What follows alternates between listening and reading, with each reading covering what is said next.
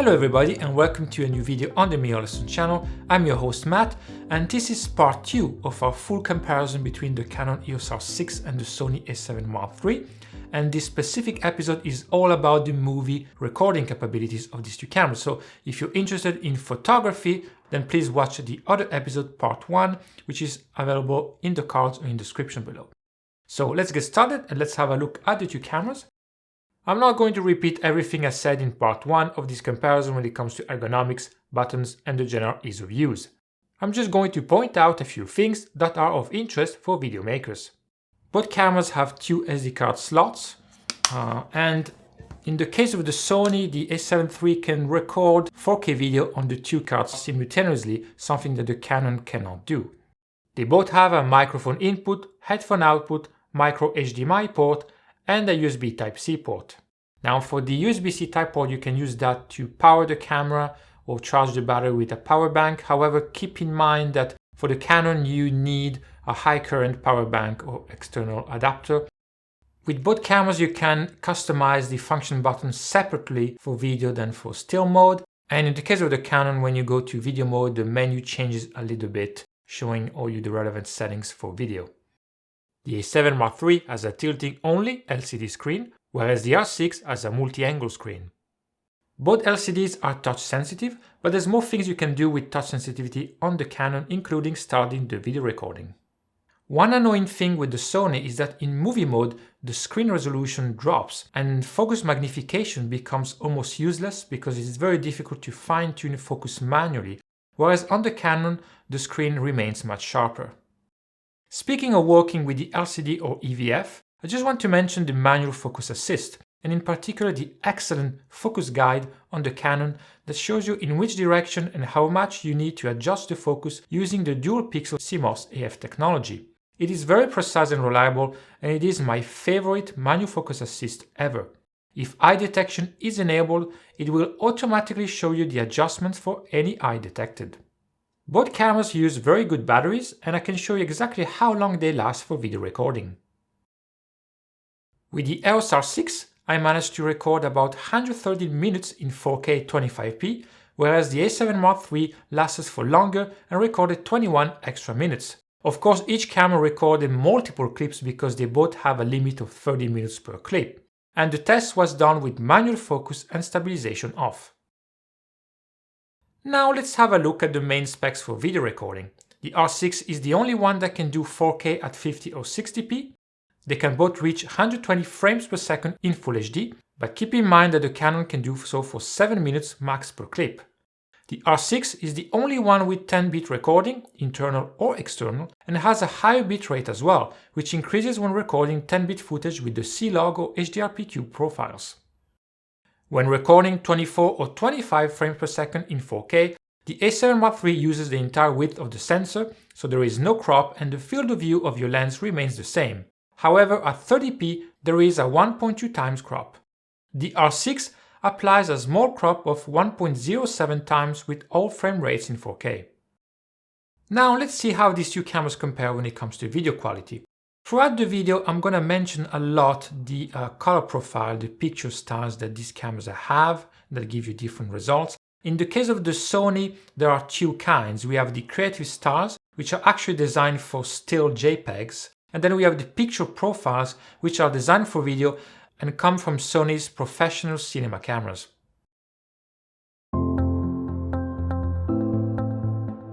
Here we have a scene shot at f4 with a 35mm 1.8 lens, the RF version for the Canon and the E-mount version for the Sony. Sharpness settings are at their default values, and if we enlarge both images, we can see that the Sony on the right is sharper than the Canon. It's an extreme scaling up I'm showing you, but at least you can see the difference better. Each camera has different settings to control sharpness. On the R6 you can edit each picture style with the strength setting, whereas on the Sony you have a sharpness parameter for the creative style. If we look at the second example where I increase the value by 2 steps on each model, the Canon now looks sharper and closer to the Sony. I wouldn't go higher than this or the image might look a bit over-sharpened, especially in the case of the R6. On the Sony Picture Profiles you can control the detail parameter with similar results.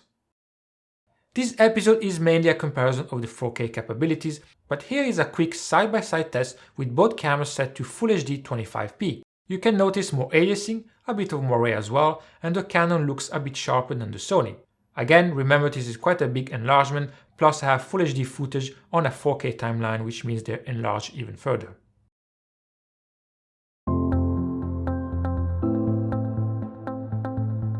Here we have some fruits and vegetables lit with two LED lights set at 5600 degrees Kelvin. The first example is with the standard profile on both cameras. The red on the first pepper is stronger on the Canon image. The green is also a bit different with darker shades on the R6 image. If we look at the neutral profiles, colors are more saturated on the Canon image on the left. On the A7 Mark III, we have the picture profiles once again, and here you can choose a combination of color modes and gamma curves, as well as change saturation, color phase and color depth, so these settings are definitely more advanced. Here is a few examples.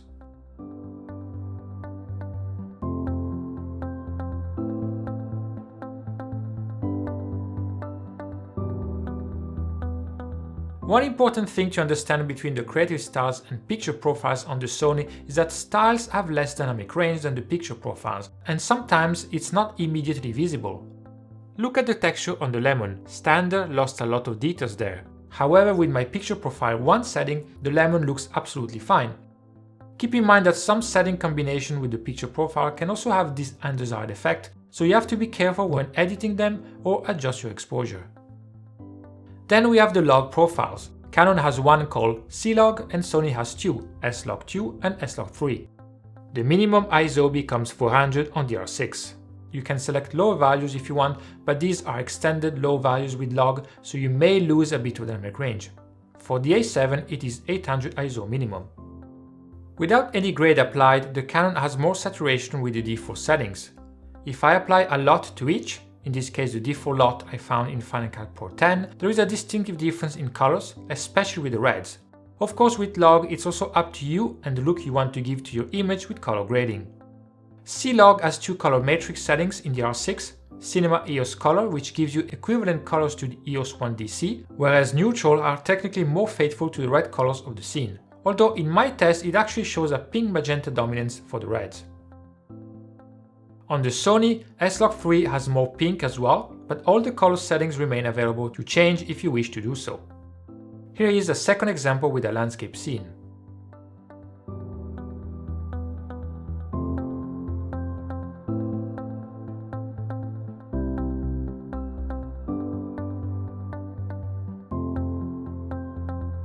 I mentioned earlier that the R6 can record 10-bit, internal or external, actually 10-bit 422 to be precise, whereas the Sony can do 8-bit 420 with internal recording on the SD card or 8-bit 422 via the HDMI port. So the difference with 10-bit, 8-bit, if we just look at the internal recording, is that basically the Canon can record twice the color information and 64 times more color depth in comparison to the Sony. However, showing you the difference between 10-bit and 8-bit is not easy because the difference is not immediately visible. I find a good way to show you by recording this extra scene where there is a lot of shades of blue in the background. If I zoom in on the left corner, you can see how the transitions between each shade of blue is smoother on the Canon file, whereas on the Sony you kind of see various lines, and I can accentuate that by adding more contrast and playing with the curves just for the sake of it. The R6 records 10-bit internally with the H.265 codec, which is not the easiest to work with depending on the software you're using and your computer hardware. S-Log3 on the Sony is designed for 10-bit recording according to Sony's own documentation, so perhaps it's not the best one to use on the A7 Mark III, although I know there's lots of people that still use S-Log3 and are still very happy with the results, but I thought it was something worth mentioning.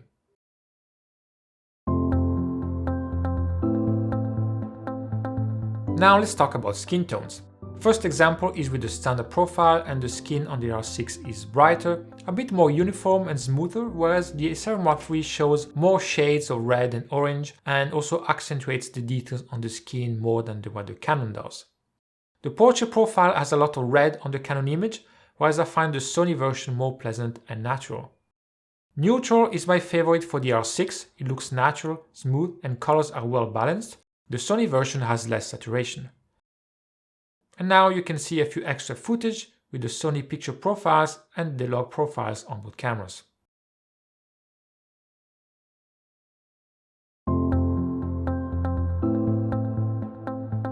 Here is a scene with a lot of contrast between the interior and exterior. Each camera is set on the standard profile. The R6 has a bit more contrast and is a bit darker inside, but also has a bit more highlight preserved outside the window. Both cameras have settings to control the dynamic range. For example, the R6 has highlight tone priority, which works like for still JPEGs. When enabled, the minimum ISO available becomes 200 and basically allows you to open the shadows more without losing information in the bright areas. Or you can decrease your exposure by one stop to have the same shadows as before, but with more details in the highlights. To have more control on the A7 Mark III, we must turn to the picture profiles once again, where for example you can create a preset with a flat look like this one that you can correct in post. Next we have the HDR profiles, and each camera uses a different standard, HDR PQ on the R6 and HLG on the A7 Mark III. With the Canon, it's recommended to have highlight tone priority enabled. On the Sony, there are various versions of HLG, some will increase dynamic range but also produce more noise. I usually stick with the first one. As you can see, the A7 Mark III retains more highlight information and also has more saturation from the start. Finally, we have the log profiles. C-Log and S-Log2 are very similar except for the higher saturation of the Canon. S-Log3 on the Sony opens the shadows further.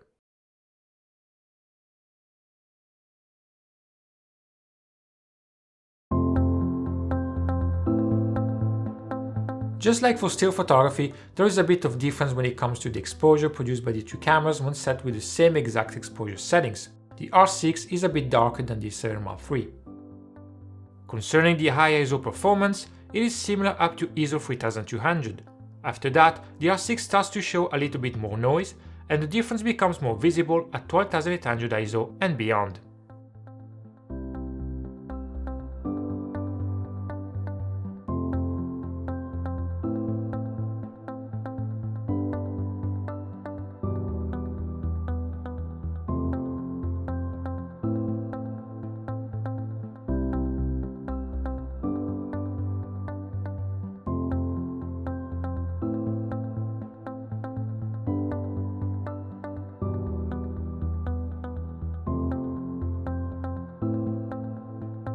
On the Canon camera, you can control noise reduction. What you just saw was recorded with the standard setting. If you choose off or low, there is an increase of noise.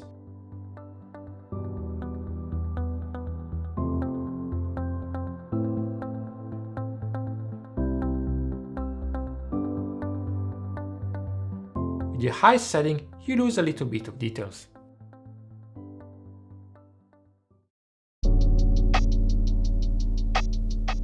Right, we're done with the image quality comparison, so now let's have a look at the autofocus with fast subject, tracking, low light performance and face and eye detection.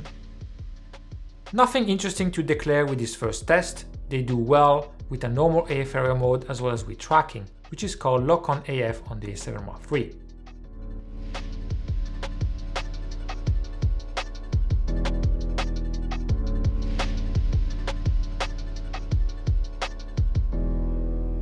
You can customize the speed and sensitivity of the autofocus on both cameras. So for this first test, I set it to the maximum to have the fastest and most reactive performance. You can also use these settings to create slower, smoother transitions between 2 points in your image, and you can do it with the help of the touchscreen. With the R6, you have more steps to control the speed better, but it doesn't ease the start and end of the transition. With Sony, the normal speed is a bit too fast, the slow speed is a bit too slow, but it eases the speed at the beginning and ending, which are less abrupt than what the R6 does. Like in my photography test, the R6 can detect the eye of the subject really early in the walk, when the subject is in the darkest zone of the frame, which is quite impressive. The Sony doesn't have IAF for video, it can only detect the face, and it doesn't do that right away when the subject has more light on her face. Despite the difference in minimum sensitivity, the Sony defends itself quite well here, basically giving the same performance as the R6. This is quite different from the photo mode where the Sony really struggled to follow the subject. Let's talk more about face and eye detection. In this test, the AF is said to be the fastest and most responsive, and the R6 does a better job overall in keeping the subject in focus. The A7 Mark III is slower, especially when she gets close to the camera and then goes back.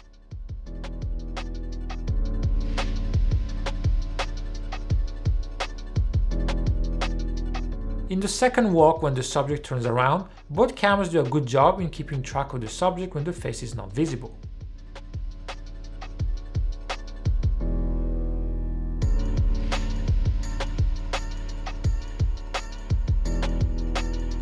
I've said before that the A7 III doesn't have eye detection autofocus, just face for video. Here's a good example where that can be a problem.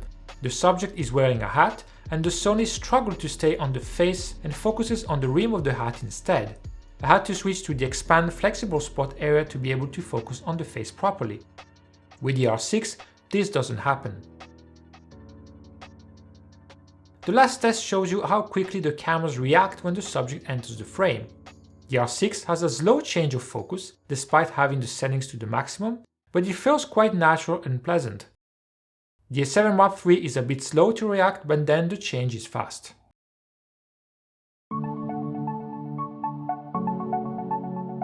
The R6 as well as the R5 are the first Canon cameras with in-body image stabilization, and also the one that have the highest rating ever given to a camera at the time of publishing this video, which is 8 stops. The A7 Mark III by comparison has a rating of 5 stops of compensation. They can use 5 axes on the sensor or 3 axes on the sensor and combine them with the 2 axes on a lens that has optical stabilization. Let's see how they perform. The first test is at 105mm and the R6 is more stable. On the Canon you can also add electronic stabilization, which is called digital IS, with 2 settings to choose from, on and enhanced. Keep in mind that the field of view is reduced. In this first test, digital IS improves the stability further, although the difference is not huge.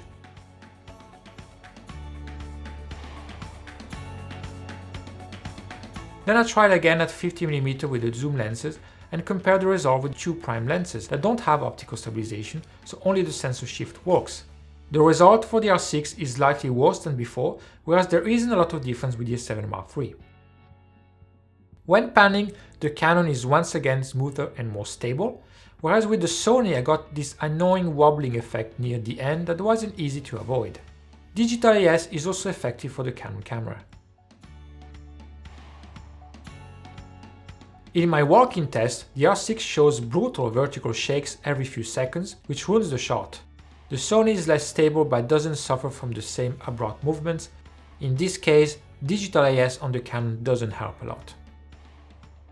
Finally, here is me walking up the stairs where neither camera is perfect. Digital IS on the Canon helps, but the movements are more distracting because the field of view is narrower.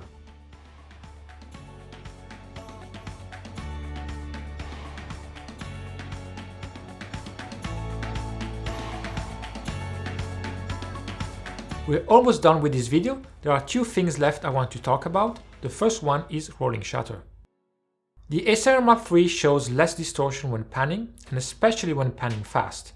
This is a curious result because in still mode with the electronic shutter, it is actually the Canon that performs better. And the last thing is overheating. Now you may have heard about overheating lately, especially when the R5 or R6 were released, and especially with the R5 because it can record 8K video. And of course I did my test as well with the R6, and it is true that overheating is a problem, something you need to be aware of, although it isn't as bad as I thought it would be. So I recorded with the 2 cameras side by side in the same condition and settings to see who would stop first. The cameras were not used that day prior to the beginning of this test. The first 30 minutes both cameras recorded without any issues. Then I started the second clip right away, and after 15 minutes, so 45 minutes in total, the R6 started to warn me about overheating with the little icon on the LCD screen. 11 minutes later, it stopped recording, whereas the A7 Mark III was able to complete the second cycle of 30 minutes without any problems. The second round started after a 5-minute break to let the R6 recover a little bit and cool. After 10 minutes, the R6 started to warn me about overheating once again, and 9 minutes later it stopped recording. I gave the camera 1-minute break, then started again, and it gave me an extra 3 minutes before stopping and shutting down. As you can see, the A7 Mark III recorded a third 30 minutes clip without any problem. So in total, the R6 gave me 78 minutes in an hour and a half, whereas the A7 Mark III recorded 90 minutes, which was the maximum available in that time. I could have continued the test, but I think you get the point. The more you record, the more the R6 progressively stops and shuts down more frequently and needs more time to recover from heating. And keep in mind that my room temperature was 20 degrees Celsius. If you use the camera in the summer or in a much warmer location, I can imagine the R6 can give you more problems. I also tested the R6 in 4K 50p. The first 30 minutes were fine. The second clip, it stopped after 15 minutes, giving the warning after 7 minutes and then shut down after 15 minutes, so a total of 45 minutes. So the performance with 4K 50p or 60p is worse than with 25p or 30p.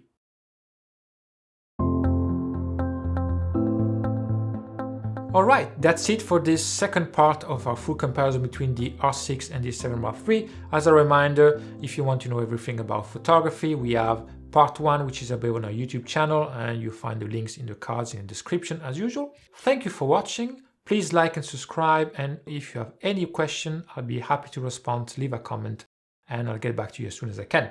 I'll see you soon. Bye bye.